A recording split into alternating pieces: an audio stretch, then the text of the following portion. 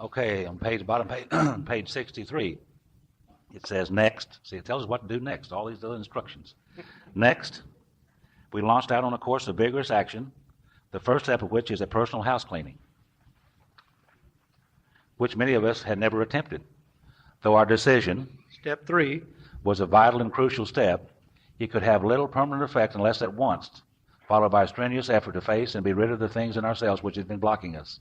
Our liquor was but a symptom, so we had to get down to causes and conditions. And remember back on page 45 again, it says the main object of this book which enabled me to find a power greater than myself, which would solve my problem. And now I'm going to begin to look at those things within me that's been blocking me off from carrying out the decision that I made in step 3. And what has been blocking me off? A lot of resentments, a lot of fear, and a lot of guilt, shame, and remorse, and harms that I've done to other people. I'm getting ready to look at those things now. And it's not by chance that I've been given the power to reason. See, that's to think. God gave me that power, and to react, and to draw conclusions. This is one of man's most magnificent attributes, the book said earlier. Not by chance I was given those powers. I just didn't know how to use them, and I misused them. Now I'm getting ready to learn how to use those powers of reasoning and being able to think and to wonder about these things based upon the information that we just learned to get a proper direction for my life. And the things that's been blocking me off from carrying out the decisions, that's what I'm going to be looking at now. Remember Jim, he made steps 1, 2, and 3, but he failed to enlarge his spiritual life. He failed to do steps 4, 5, 6, 7, 8, 9, 10, and 11. He failed to do that, and he got drunk again. So now we're getting ready to do step 4 and to carry out this decision that we made over in step 3. Step 4 has probably given us more trouble than any other one of the 12 steps. And I think perhaps for several reasons. There's been a lot of confusion about step 4. Somewhere we got the idea that step 4 was a list of dirty, filthy, nasty items. And we didn't want to look at those things, and we didn't want to show them to anybody else. And therefore, we tended to procrastinate on step 4.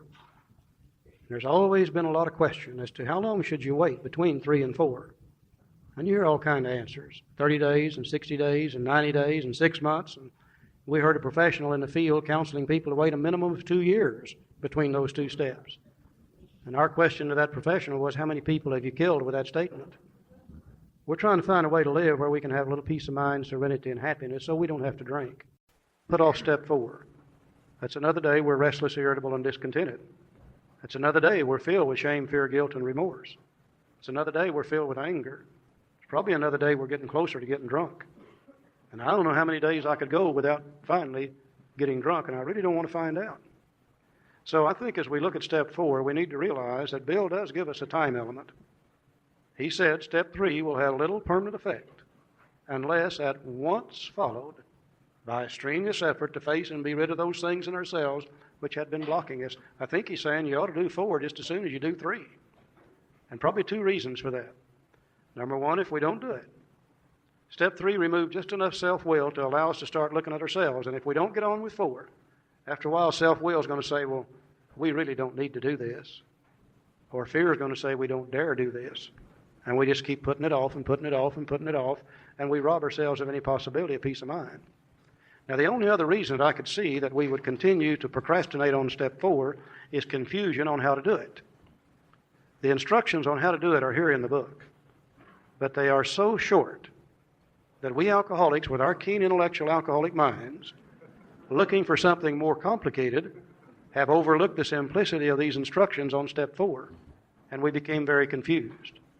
So somebody jumped over to step 5, and there it said something about all your life story. And we said, oh, that must have been what they wanted us to do in step 4, is write our life story. And many of us did that in the beginning. That's what I did. Probably wasn't too important to other people. It must have been to me. It had about 93 pages in it. I took it to another human being, and he read it, and he said, not very pretty, is it? And I said, no, it isn't. And he threw it in a waste paper basket, and he said, you'll never have to be that way again. And I didn't learn anything new from that at all. And the reason I didn't learn anything new from it is I already knew everything I wrote down, so I learned nothing new by writing it down. Today, as I look back at that time, I fully realize 95% of my life story has nothing whatsoever to do with my alcoholism. The fact that I was born in 1929, I don't think it's got a thing in the world to do with my alcoholism. It may have with some other people's alcoholism, but not mine. The fact that I graduated from high school at age 17, I don't think that's got anything to do with my alcoholism. The fact that I went into service right after high school, I don't think it's got anything to do with it. I was already drinking long before I got in the service. The fact that I was married at age 21, I don't think it's got a thing to do with it.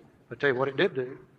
The 95% that had nothing to do with it very effectively covered up the 5% that did, and I could see nothing in my life story to contribute to my alcoholism. So in our confusion, somebody from Minneapolis, wasn't it? Wow. Wrote a 4-step inventory guide. We took the Minneapolis guide, we combined it with the big book, and we got more confused yet. Then somebody in Dallas, Texas wrote a 4-step inventory guide. And we took it and combined it with a Minneapolis guide, combined with a big book, and we got more confused yet. I have no idea how many of them are floating around today. We saw one time that came out of the country north of us from Canada and had 20 pages in it. And if you wasn't crazy as hell before you took it, you damn well would be when you were through with that one. It was one of those. And all the time the instructions have been here in the book. We just couldn't see them because we didn't know how Bill writes. We had never recognized how he likes to talk to us about something we already know about and then use that to teach us something new. Finally, we saw him do it with a great ocean liner the moment after rescue from shipwreck. We saw him do it when he talked about the actor that wants to run the whole show. Bill's from New York City. The stage is great up there, and he knew that people would understand what he's talking about when he talked about the actor. He does it to us here in this step. He's going to talk to you and I about a business inventory, assuming we know something about a business inventory. And then he's going to very simply turn right around and say, I want you to do the same thing in your life that I just told you to do in a business inventory. And if we can see that, it makes it very easy for us to understand this thing. And the other thing we must always recognize is he loved to use different words that mean the same thing. I don't know what else he learned in college, but he sure learned the use of different words that mean the same thing. Now, bearing those two things in mind, the fact that he loves to talk about what we already know about, and the fact that he loves to use different words that mean the same thing, let's just kind of relax. Let's look at a few words. Let's see if we can't see the instructions on how to do this inventory. They are so short that it amazes me. He said, therefore we started upon a personal inventory. This was step 4. A business which takes no regular inventory usually goes broke. Now, I think his first comparison is this. Whether we're dealing with a personal inventory or a business inventory, without it, we're probably going to go broke. You know, if you were running a business and selling ladies' purses, men's watches, bicycles, or whatever it might be, if you did an inventory in that business once in a while, you would have no idea where you stand. You wouldn't know what's been stolen out of your store you didn't get paid for. You wouldn't know what's been sold and you need to reorder to put some more stock back in the store so you'll have something to sell. You wouldn't know what's become damaged, out of style, and unsaleable, and you need to put it on sale so you can get it out of that store. Damaged and unsaleable goods sits in there, takes up valuable floor space, valuable shelf space. You're probably paying interest on borrowed money to put them in there in the first place. And they sit there day after day after day after day, and they don't move, and they cost you money, and under those conditions, you would probably go broke. And I think just about everybody in here could see that. But I think his first comparison is this. We have a personal business. And the personal business that we have is the most important business in the world as far as we're concerned. It's the business of finding a way to live so we can have a little peace of mind, serenity, and happiness. And if we don't inventory in our personal business, then we're probably going to go broke too. And going broke for us is simply to go back to drinking. So whether we're dealing with a business inventory or personal inventory, the valid thing is that without them, we'll probably go broke. Now then, he's going to tell us how to take a business inventory. And we have a little sheet that we're going to put up here on the screen. And this little sheet is called Step 4 Inventory Comparison. And we're going to cover...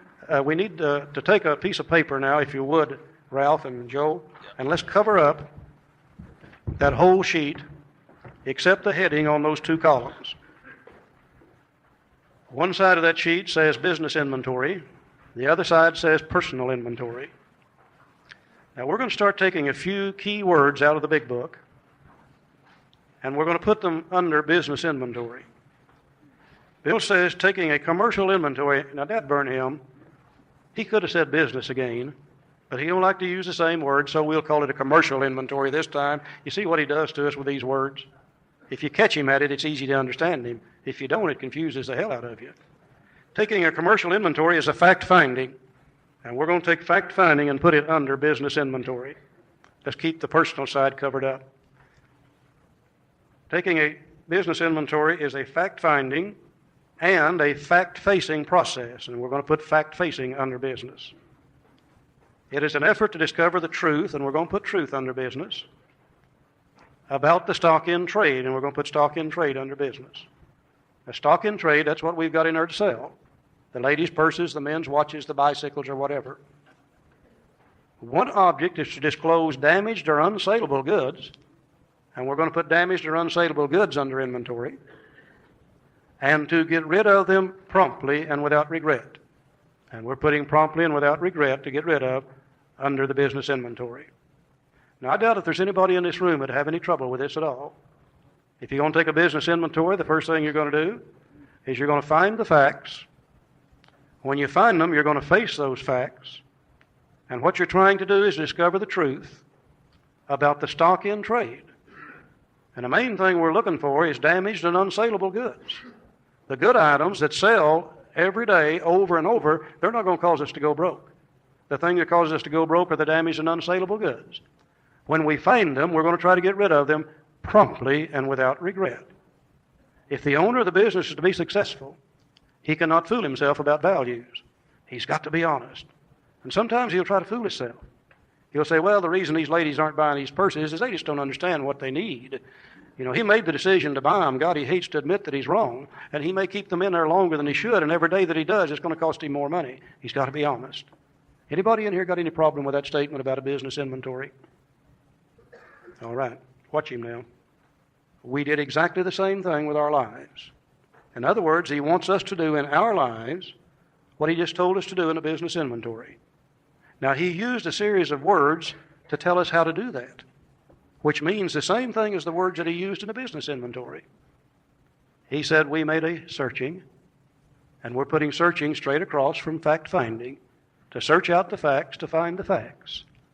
We made a searching and fearless, and we're putting fearless straight across from fact-facing, to face those facts, to fearlessly look at those facts.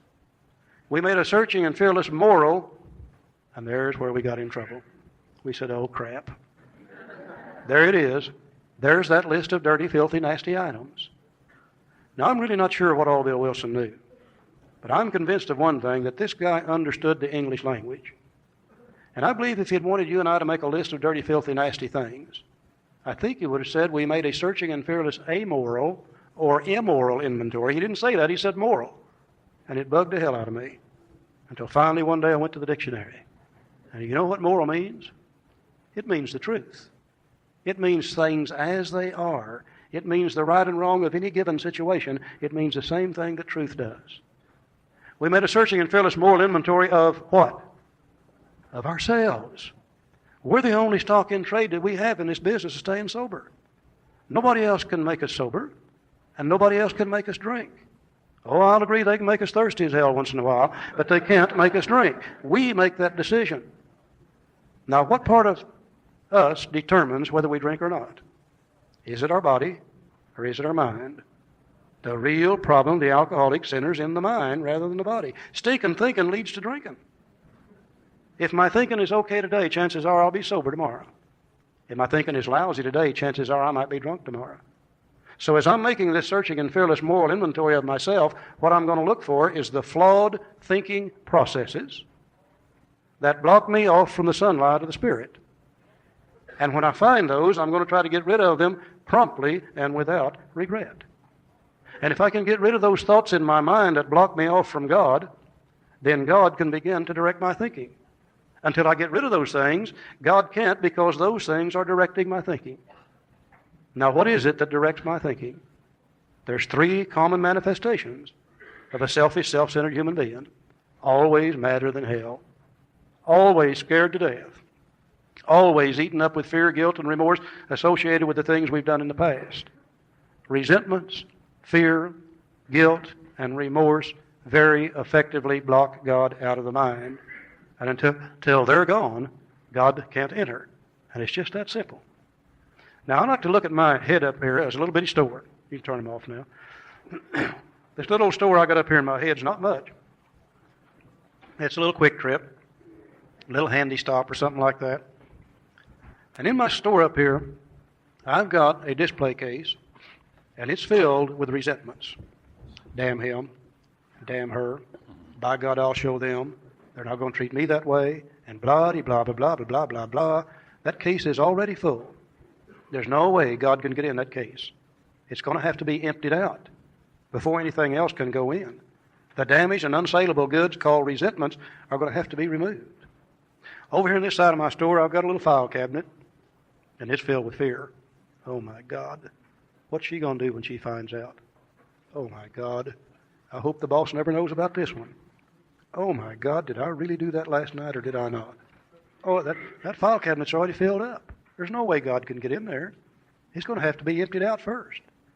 Back here in the back of my store, I've got a storage room. And it's filled with fear of what they're going to do when they find out. And it's filled with guilt and remorse.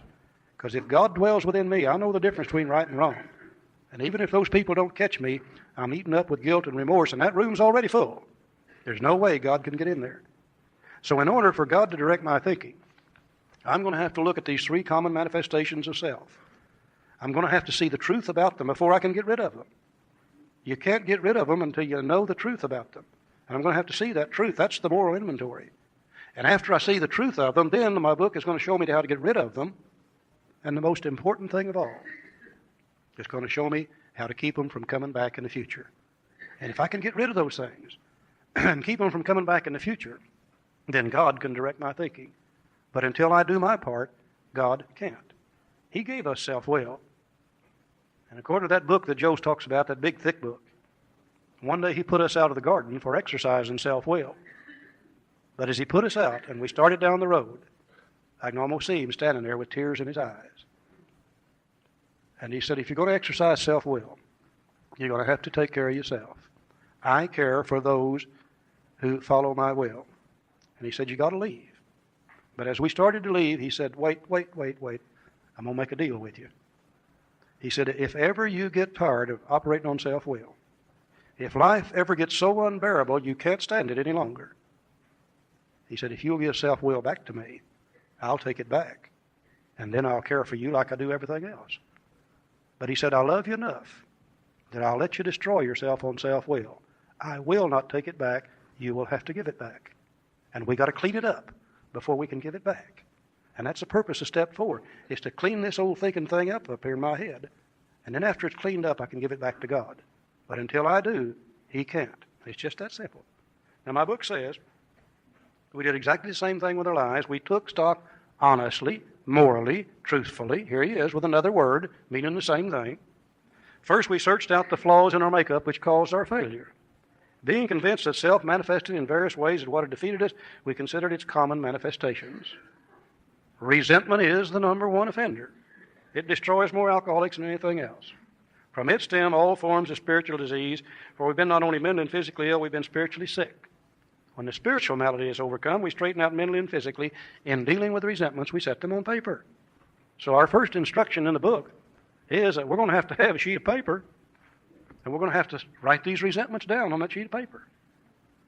And I think many of us are confused about the word resentment as to what it is. It's an old word. In fact, it's 2 words. Anytime you see the word R-E in front of a word, it means over or to do again.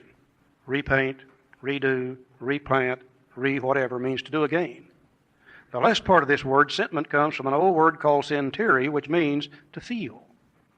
So a resentment simply means to re-feel or to feel over again. Now, a good example of the resentment. Let's say that we're going through life, which everybody has to, and everybody has self-will. Don't ever forget this now. That's one of the problems. Everybody's got self-will. If it's just us, it wouldn't be so bad, but everybody's got it. Now, let's say we're going through life, and somebody does something to us that threatens one of these basic instincts of life. Threatens my standing in the community, threatens my self-esteem, threatens my personal relationships, threatens my material security, or threatens my sex life in any way. When people do those things to me that threaten one of those basic instincts of life, it makes me madder than hell. It creates anger. Now, that's not a resentment yet. It's a wrong when they do that. The normal reaction is to react with anger, but it doesn't become a resentment until they leave and they go over on the other side of town, and I go sit down in my living room and I re-feel that thing in my mind, and I play the whole scene over again in my mind. And as I play that whole scene over again in my mind, I must realize something about me. I'm not too truthful with me. Because as I play that whole scene over, I tend to distort the picture just a little bit. I tend to make what they did just a little bit worse. I tend to make the part that I played just a little bit less. And I tend to make the pain just a little bit deeper. Now let me play it over long enough in my mind. After a while it gets to where it really no longer resembles the truth. Only God knows the truth. We alcoholics, we operate on what we perceive to be the truth. We don't always know the truth. Let me give you an example of it. You guys up here, you love football up here just like we do down where we're from. And there's a good football game on this afternoon. Damn, I wish we could see it. It's Notre Dame's playing somebody this afternoon. And this quarterback, he'll get that ball from the center. And one of the backs will run out there and he'll throw that ball to him. And he usually throws it up there high enough that the guy has to jump up to catch it. That's to keep anybody else from getting it, see? And when he jumps up to catch it, he's about 2 feet off the ground. And just as he gets the ball in his hands, somebody knocks the living hell out of him. Geez, they just turn him upside down. His arms spread one way, his legs go the other way. He falls on his head, his neck bends sideways. And you can see that it really did hurt him. Now, one of two things are going to happen. The football game is going to go on just like life is going to go on. You're not about to stop a football game. One of two things will happen. If he isn't hurt too bad, they'll run out there and pump a little air in him, and they'll get him up and he'll start playing again. But if he's hurt too bad, they'll drag him off to the side, and they'll put somebody in his place, and the game starts over again. But the announcer up in the booth, he's not satisfied with that. He's got a resentment replay machine up in his booth. And after a while he said, let's look at that again. And this time he will replay that scene, only this time it not only is in living color, but now it's in slow motion. And man, you can see the expression of pain on his face. You can see how far that arm went back and that leg went that way. And it looks twice as bad the second time as it did the first time. And after a while the announcer will say, let's look at that again. And every time he plays it, it looks worse. 15 minutes later, he's still replaying that, bouncing this guy up and down off the ground. Hell, the football game's been going on for 15 minutes. Now, we alcoholics have in our head a resentment replay machine. We get up early in the morning, and we tune it up in living color, and we shine it on the world all day long, and we record all those things that they do to us that's bad. Now, we don't want to record any of that good stuff. Don't mess with that junk. Just record all those things that are bad. Go home at night, sit down, play it over in our head, make ourselves sick, and blame it on them for doing so. Now, there's some days that we have a bad day. There's some days we've got our resentment replay machine tuned up, shining on the world, and the suckers won't do anything to us. And that's a bad day for an alcoholic when they don't do anything and you don't have anything to record. You know what we record in those days? By God, we record what they're thinking. That's what we do. And we go home and replay that in our head and make ourselves sick.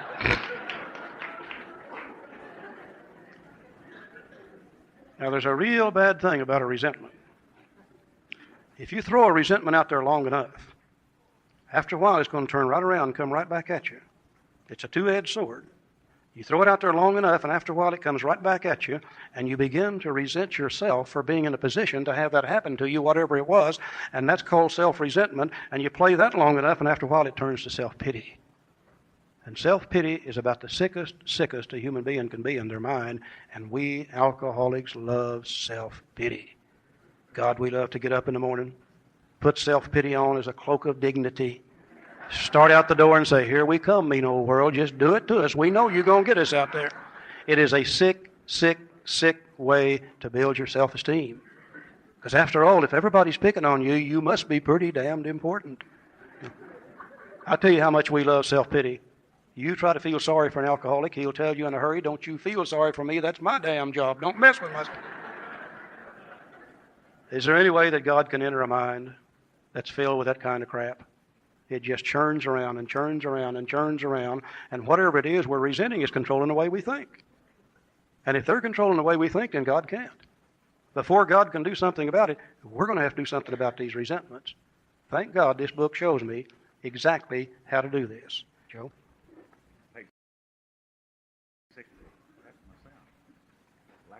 Lack of power, that's your dilemma.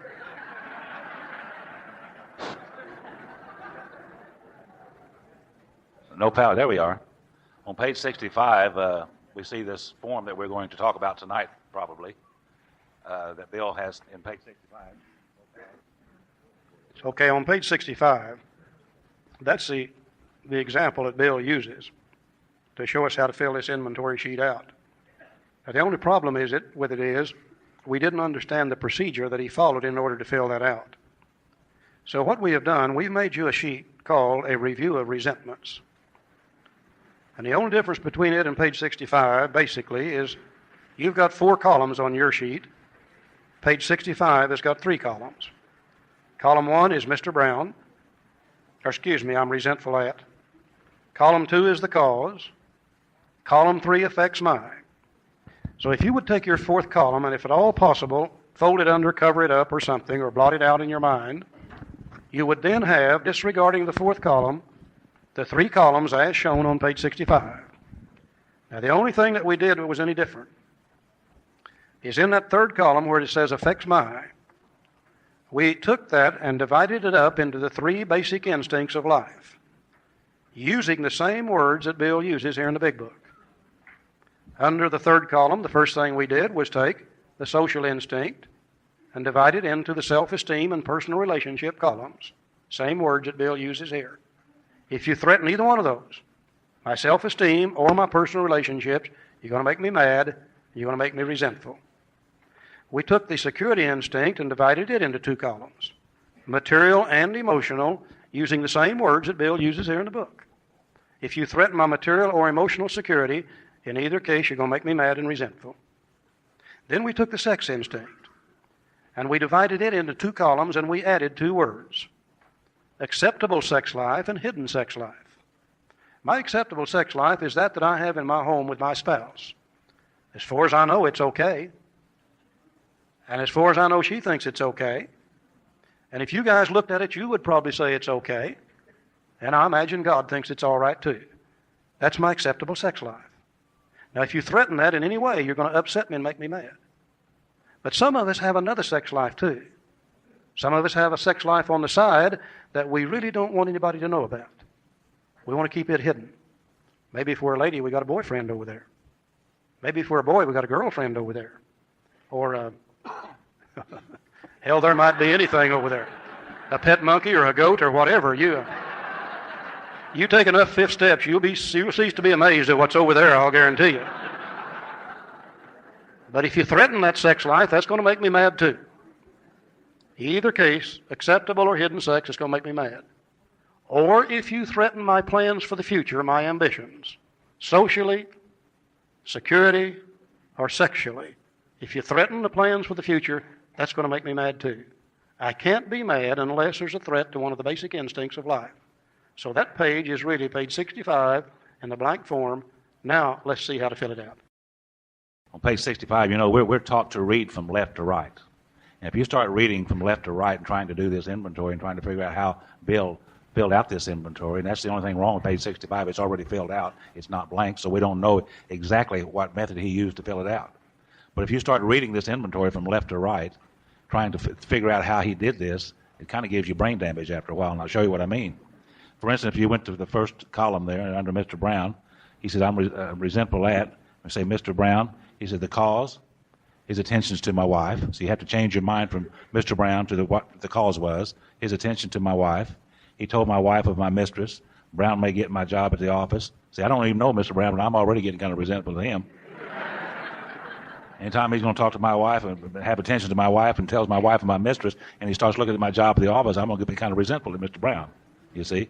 And then I got to change my mind again and move over to the 3rd column. What part of self was affected?